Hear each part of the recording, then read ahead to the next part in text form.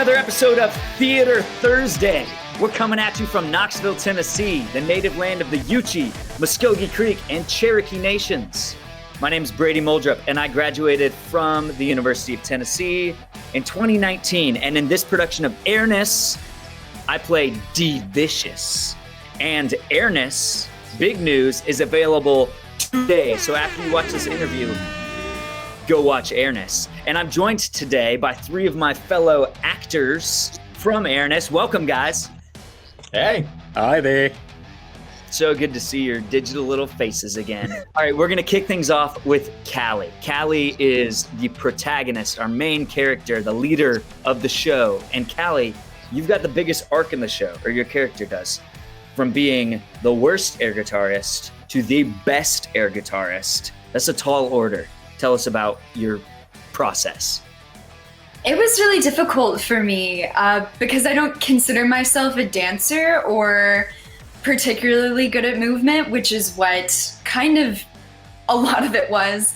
One of my favorite lines from the show is when Cannibal Queen said, "You're not in the music, you're in your head, in the audience, judging yourself," which is a problem I've always had as an actor about everything. And I think a lot of performers do, where you can't be in the moment because you're so focused on doing it right and criticizing yourself, which I think is what the show is really about, is just letting go of all of that, because it really wasn't about being the best dancer. It was about letting go and having airness. Totally. Not about the technicality. Not about the technicality. It's about the heart.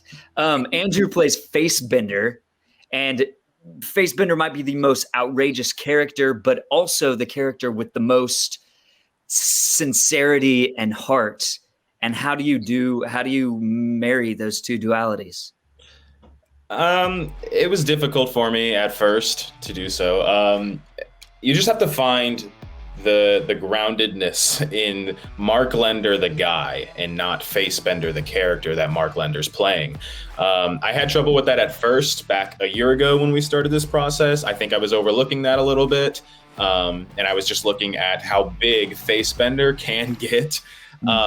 And then we took a break from it, and when I came back to the script, things had changed, and maybe I, without going into too much detail, understood Mark Lender's issues with going into debt and finding, personal issues and things like that, and his issues with his daughter and things like that. Things that helped him create Facebender. And so I kind of got to dive into how Mark Lender saw Facebender. And then I think that just helped me find the two characters and the duality of them and how they work together. So it was a lot of fun doing that.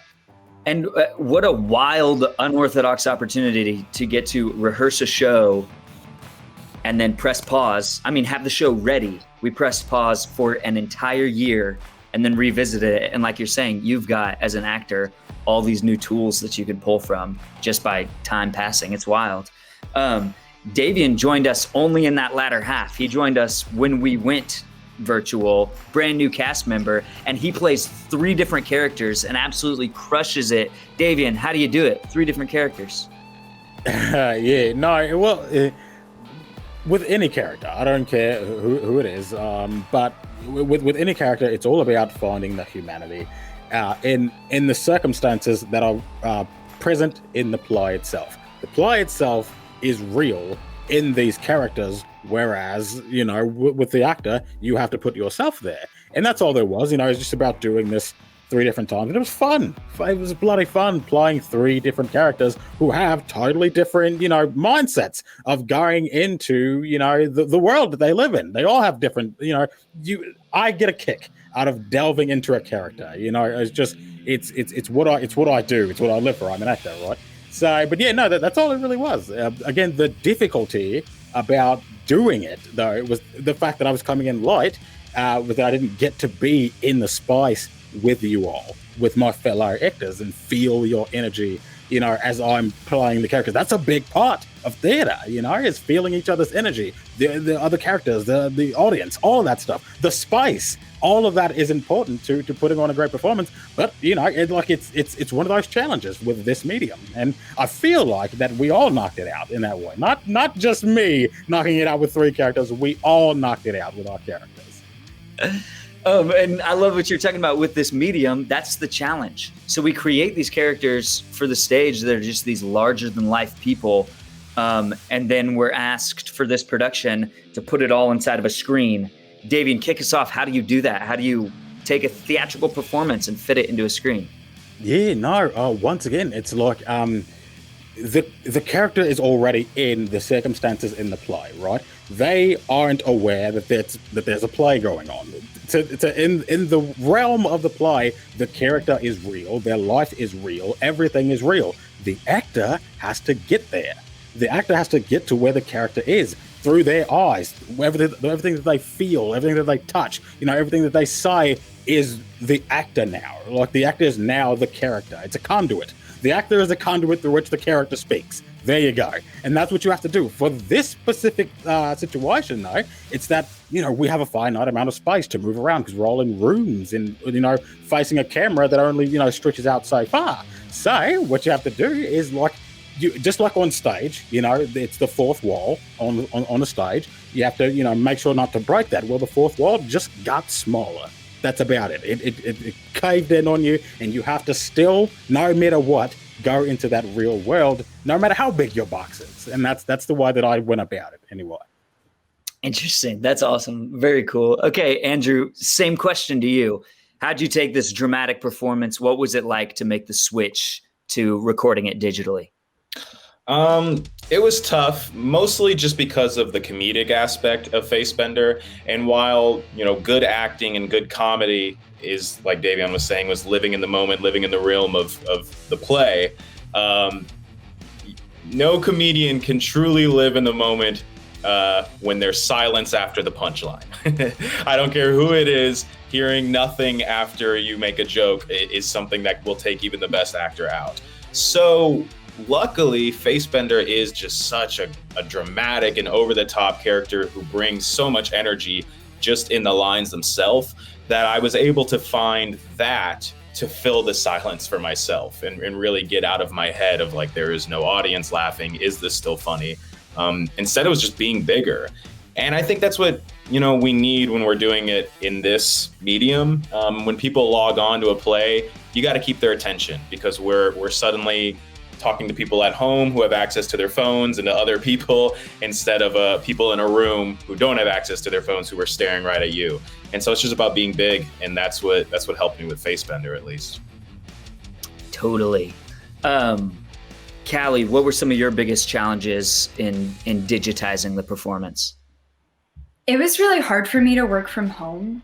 Because I did it in my room, and it was hard to work in a space where I sleep and watch TV and try to relax. And I live with my parents, so I can have a lot of outside noise. He watches Big Bang Theory. My dad watches Big Bang Theory every night at 7, so I could hear it.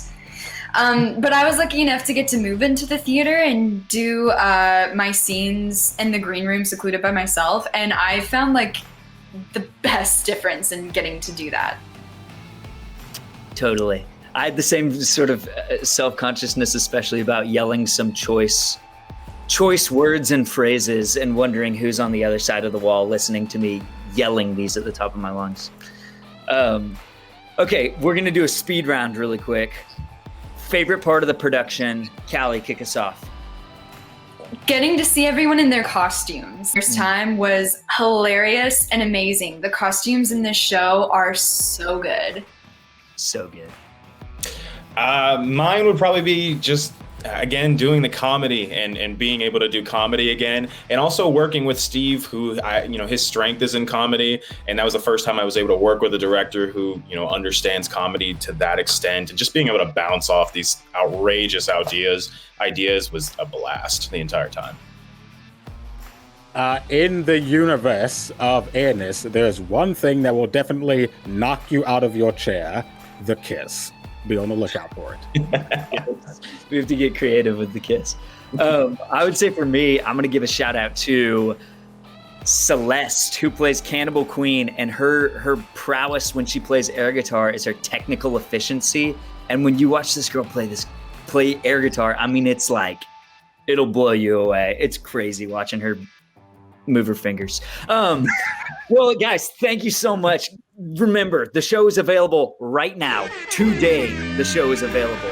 And it's available the 8th, 9th, and the 10th, and next weekend, the 15th, 16th, and 17th. And you can find more information for how you can access the show at clarencebrowntheater.com. Thank you for coming to another episode of Theater Thursday. And my fellow actors, thank you all so much for being here. It's been a blast. Thank you, Brady. Thank you. Of course. We'll see you next week for another episode on Airness. And be sure to catch the show between now and next week.